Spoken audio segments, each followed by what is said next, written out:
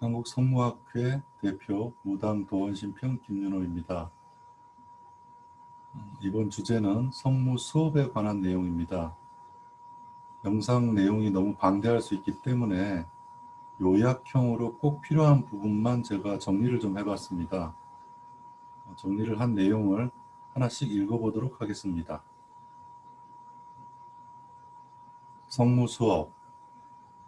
무당이라는 명칭은 신내림이 있다고 믿는 사람이 신과 사람의 권유 또는 강압에 의하지 않은 상태에서 스스로의 선택에 따라 무당이 되겠다고 다짐하였을 때 하늘에 제천례를 올리고 스승 또는 객관적 독학을 통해 성무 수업을 내림받아야 비로소 인정되는 전통신앙의 직업적 명칭입니다.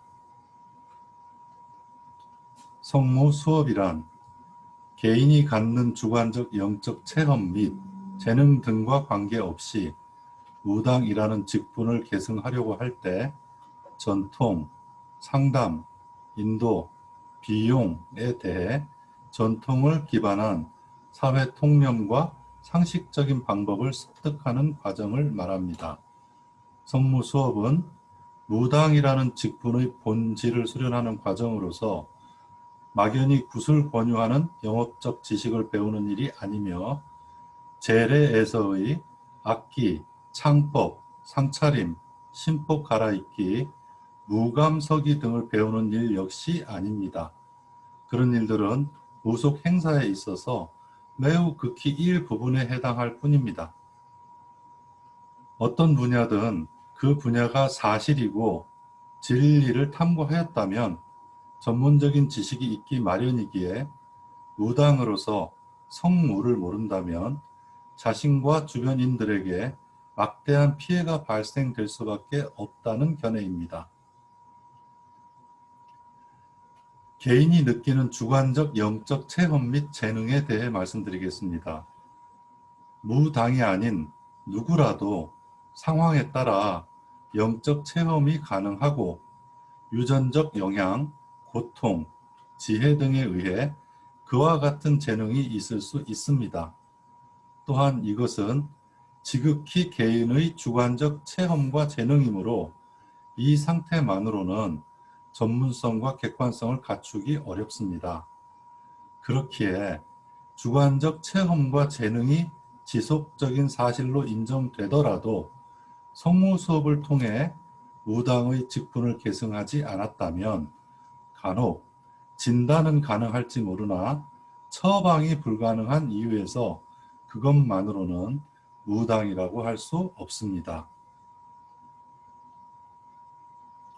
성무 핵심의 이해입니다. 성무의 핵심에서는 4가지가 있습니다. 전통, 상담, 인도, 비용, 이 4가지는 기본에 속합니다. 전통이라고 말하는 것은 역사를 말합니다.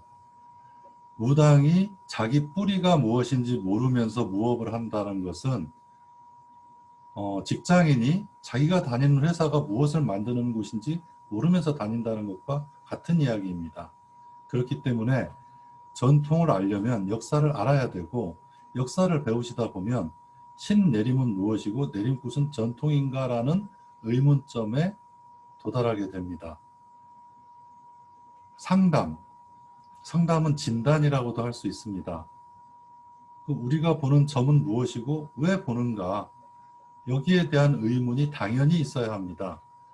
점이라는 말은 차지할 점이라고도 합니다. 차지한다는 것은 원하는 것을 갖거나 이루거나 또한 점령한다는 뜻도 해당됩니다.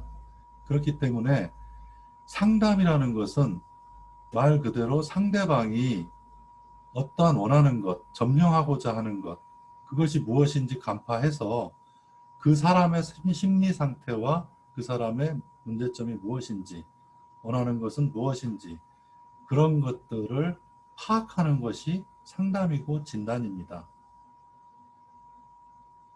인도, 처방이라고도 하는데요. 처방은 성무 수업을 통해서 배우지 않으면 알 수가 없습니다. 이해를 돕기 위해서 설명을 드리자면은 의사 선생님이 배가 아파서 왔다는 것은 맞출 수가 있지만 수술하는 방법을 배우지 못했다면 환자를 수술할 수가 없습니다. 이것이 처방에 해당됩니다. 처방이 바르지 못하면 인도 또한 바르지 못합니다. 그로 인하여서 생기는 문제들이 너무나도 크게 발생하고 있습니다. 그 다음이 비용입니다. 비용 문제가 가장 심각한 문제인데요. 상담 요금과 재래 비용은 어떻게 책정하는가? 당연히 일상적이어야 됩니다. 일상적이어야 된다는 말은 사회 통념에 벗어나면 안 된다는 뜻입니다. 예를 들어서 상담을 하는데 그 상담의 난이도가 높다. 그러면 비용이 조금 더 청구될 수는 있습니다. 하지만 예를 들어서 상담비가 10만 원이다. 20만 원이다. 그 이상이다. 일반적으로 내담자가 상담자를 찾아와서 상담을 받는 과정에서 10만 원을 넘어간다라고 한다면 저는 그건 문제가 있다라는 견해입니다. 예를 들어서 특수한 경우에 방문을 한다거나 한두 시간 만에 해결할 수 없는 상담이라면 그에 합당한 비용을 청구하고 합의를 볼 수는 있습니다. 그러나 일반적인 상담에서는 10만 원을 넘어가는 상담은 잘못됐다라는 견해입니다. 그리고 그러한 비용에 들어가는 재래 비용 또한 마찬가지입니다. 이후에 또 설명을 드리겠지만 내림굿이라는 부분이 있는데 이 내림굿이라는 건 무당의 전통이거나 역사가 아님에도 불구하고 그러한 내림굿을 권유하거나 강제하고 있습니다. 그 과정에서 내림굿 비용 또한 인심 쓰는 분들이 뭐 500에서 700 정도 사이고 기본적으로 지금은 1000만 원에서 2000만 원, 뭐 심하면 3000 이상을 부르고 있습니다. 있지도 않은 것을 가지고 어마어마한 금액을 요구하고 있는 상황입니다. 그에 대해서도 다음 장에서 또 설명을 드리겠습니다. 성모 수업의 오해. 수년 전부터 곳곳에서 성모 수업을 가르친다면서 제각기 잘못된 과정을 확산시키고 있습니다. 성모 수업이 아닌 일, 막연히 구술 유도하기 위해 개인의 영업수단을 가르치는 일, 재래 등에서 악기 창법, 상차림, 신복 갈아입기, 춤추기, 무감서기 등을 성무라고 가르치는 일은 대단히 잘못된 일입니다. 성무, 한자로는 이룰 성에 무당 무를 사용하고 있습니다. 영어로는 샤머니즘이라고 하고 있습니다. 여기에서 ISM, 이즘은 체계화된 이론과 학설이라는 뜻입니다. 그래서 성무에서 이룰 성에 해당되는 것이 이 이즘에 해당이 됩니다. 다시 말해 무당이 성무를 통해서 이해하는 과정을 말하는 것이고 이해가 됐을 때 말을 할 수 있는 것이고 말을 할 수 있을 때 행동할 수 있다고 봅니다. 무당이 되기 위해 이루어야 할 과정 전체를 성무라고 합니다. 무당무의 이해, 한자식 파자로는 하늘천, 땅지, 뚫을 곤, 사람인, 하늘의 뜻을 배우고 땅에 전하기 위해 사람들이 모여 기도하는 형태다라는 견해이고요. 다른 견해에서는 무당이 춤추는 모양이라는 주장이 있습니다만 이것은 무당무가 한자화되면서부터 그 시점에서 바라본 그 시대의 모양을 뜻한다고 봅니다. 갑골문식 이해에서는 고대 갑골문상 무당무는 태양의 빛을 상징하며 현재 모든 종교의 근원적 상징이라는 견해를 가지고 있습니다. 다른 견해에서는 새의 날개를 본뜬 모양이라는 주장이 있습니다. 상단 좌측에 있는 모양은 한자 무당무의 원형이며 천지 창조의 시작과 빛을 상징함과 동시에 시작의 태양을 상징한다는 견해를 가지고 있습니다. 무당무는 갑골문 갑과의 연관성이 매우 크며 갑골문상의 갑과 무는 열 십자 모양으로 빛을 상징한다라는 견해입니다. 좌측 하단의 모양은 한자 열제 첨간계의 원형이며 천지 창조 이전의 어둠이면서 동시에 마지막 태양을 상징한다는 견해를 가지고 있습니다. 빛을 상징하는 무당무는 불교 만자의 근원이면서 동시에 기독교 십자가의 근원이고 아멘으로 알려진 알파와 오메가의 근원 문자라는 견해를 가지고 있습니다. 기독교의 예수 그리스도의 뜻은 예수는 하느님은 구원하신다라는 뜻이고 그리스도는 빛의 인도자로 이와 같은 행적을 행한 성인이 존재할 수는 있지만 예수라는 명칭이 사람의 이름은 아니라는 견해를 가지고 있습니다. 불교의 부처는 산스크리트어로 붓다로 흔히들 깨달은 자 정도로 알고 있지만 더 깊은 뜻은 불사, 즉 신을 뜻한다는 견해를 가지고 있습니다. 샤먼의 어원, 샤먼에 대해 비슷한 발음을 찾아본다면 샤먼은 영어식 발음이기에 시베리아 퉁구스어는 사만이고 산스크리트어는 스님을 뜻하는 시라마나이며 팔리어는 사마나이고 한국어는 살만과 비슷한 발음을 가지고 있습니다. 종교의 시원, 현존하는 정상적인 모든 종교의 시원은 고대 파미르 고원에서 시작되었다고 유추되며 태양신앙에서 비롯되었다는 견해를 가지고 있습니다. 그렇게 뻗어나간 태양신앙은 정치와 지리 조건을 달리하면서 지정학적인 종교 형태로 변화되었다는 견해를 가지고 있습니다. 그렇게 동으로는 신교, 도교, 무신앙 등의 형태를 갖게 되었고 서로는 그리스 신화, 유태교, 기독교, 이슬람교의 형태를 갖게 되었으며 남으로는 브라만교, 불교 등의 형태를 갖게 되었고 북으로는 북유럽 신화 등을 갖게 되었다는 견해를 가지고 있습니다.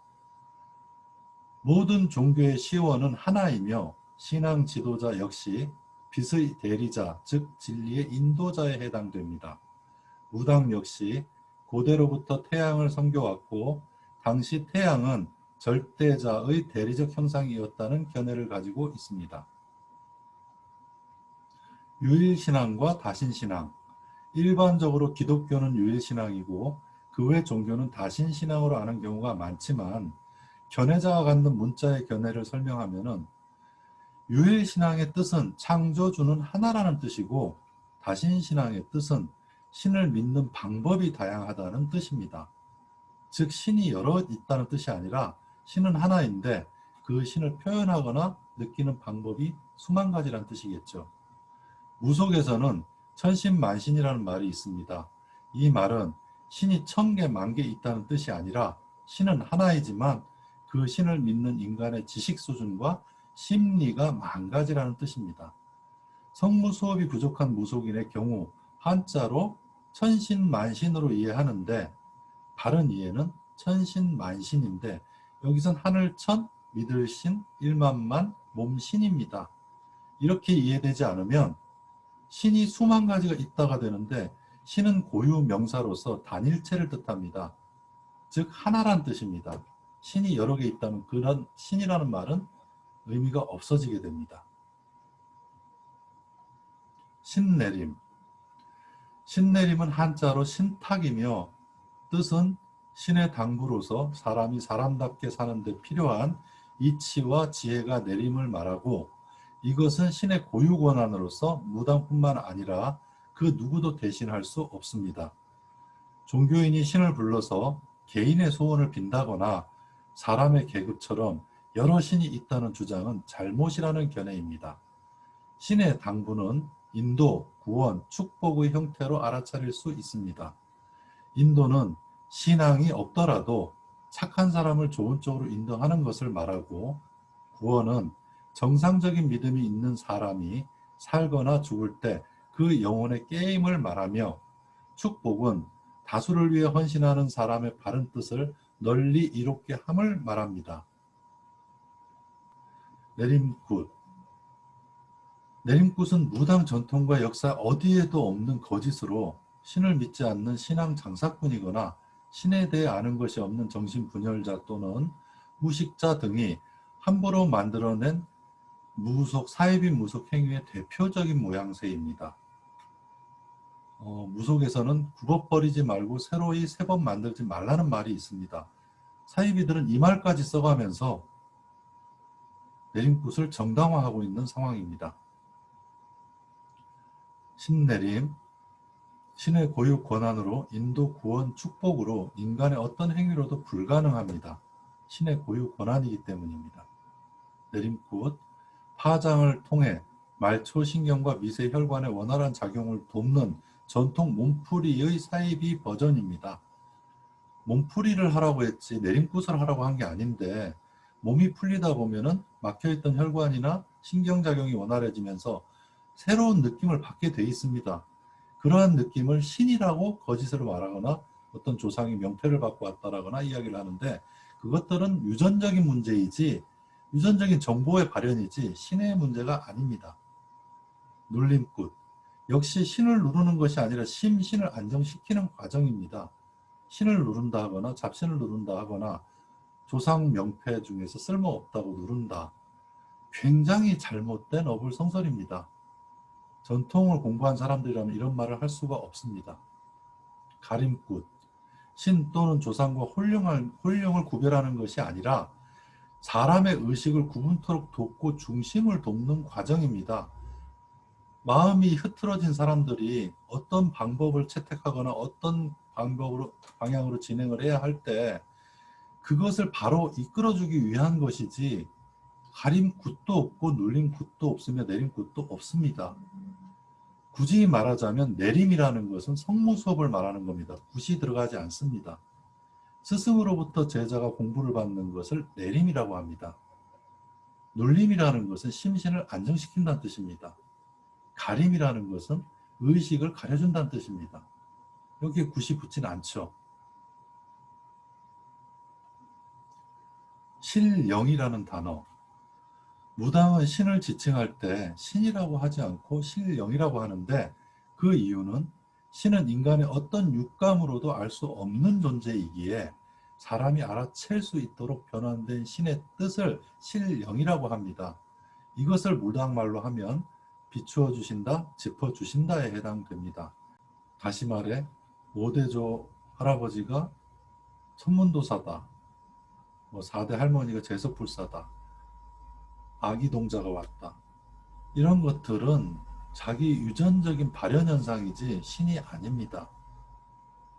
신명, 신명은 여러 신의 이름을 말하는 것이 아니라 신이 증명한 세상이라는 뜻이며 천지신명 또는 천지창조와 같다는 견해를 가지고 있습니다. 즉 신명의 뜻은 신께서 세상을 밝게 창조하심으로써 증명하셨다라는 견해를 가지고 있습니다. 굿의 뜻. 굿의 한자는 축제이고 영어는 페스티벌입니다. 굿은 개인의 이익이 아닌 다수 또는 공동의 공익을 위해 진행됩니다. 그 이유는 굿의 의미가 공동체의 결속을 위해 다수 간에 생기는 문제를 풀도록 돕고 다수가 함께 힘을 합쳐서 필요한 결과를 얻기 위한 제사이기 때문입니다. 굿의 형태. 굿은 한국에만 있는 제사 무학이 아닙니다. 굿은 전 세계적으로 각 지역의 풍토와 정치적인 모습으로 이미 자리 잡아왔고 문화적인 행사로 발전되어졌습니다. 기도. 기도는 그 뜻을 알았을 때 효과가 있습니다. 교회에서 새벽기도 또는 금요 철야기도를 하였거나 절에서 108배 또는 3000배를 올리며 기도하였거나 호공산과 바다에서 징을 치며 기도하였을 때 기도의 뜻은 모르거나 무시한 채 잘못된 생각으로 기도하였음에도 뜻을 이루었다면 그것은 각기 믿음의 대상이 도우신 것이 아니라 자신의 의지가 그처럼 심리적으로 단련되어 자기 스스로가 그렇게 만든 것입니다. 진정 기도로서 믿음의 대상께 축복을 받고자 하신다면 빌기, 빌도의 뜻을 정확히 알고 그처럼 실천해야 합니다. 바른 기도에는 자신에게 없거나 힘겨운 복을 구할 때 신께 신령과 신명을 빌려와서 이루는 동안 어려운 사람들에게 갚으며 살겠다는 공익적 맹세가 동반되어야 합니다. 그렇기에 잘못된 기도에서는 급기야 믿음의 대상을 불신하거나 저주하거나 안하무인으로 대하는 몹쓸 오만을 부릅니다. 맺은 말, 기도는 정당하게 행복한 삶을 위해 신께 지혜와 힘을 빌리고 세상에 빚지는 것입니다. 타인의 과정을 무시하여 그 결과만을 탐하는 욕심을 위한 과욕을 기도로 착각하면 옳고 바른 말은 들리지 않을 것이며 귀에는 달콤한 말만이 들릴 것입니다. 진리를 찾는 이들은 해당 지식에 대해 잘 몰라도 사람이 사람의 가치를 중히 여기지만 탐욕을 찾는 이들은 지식에는 밝아도 사람을 사람으로 보지 못합니다. 이정표를 만나는 것도 사이비를 만나는 것도 결국 사람 됨됨이에 달렸다고 말씀드립니다. 세상 살면서 남한테 피해 안 끼칠 수 없고 남에게 도움 안 받을 수 없다는 겸손한 마음이 필요합니다. 이상입니다. 고맙습니다.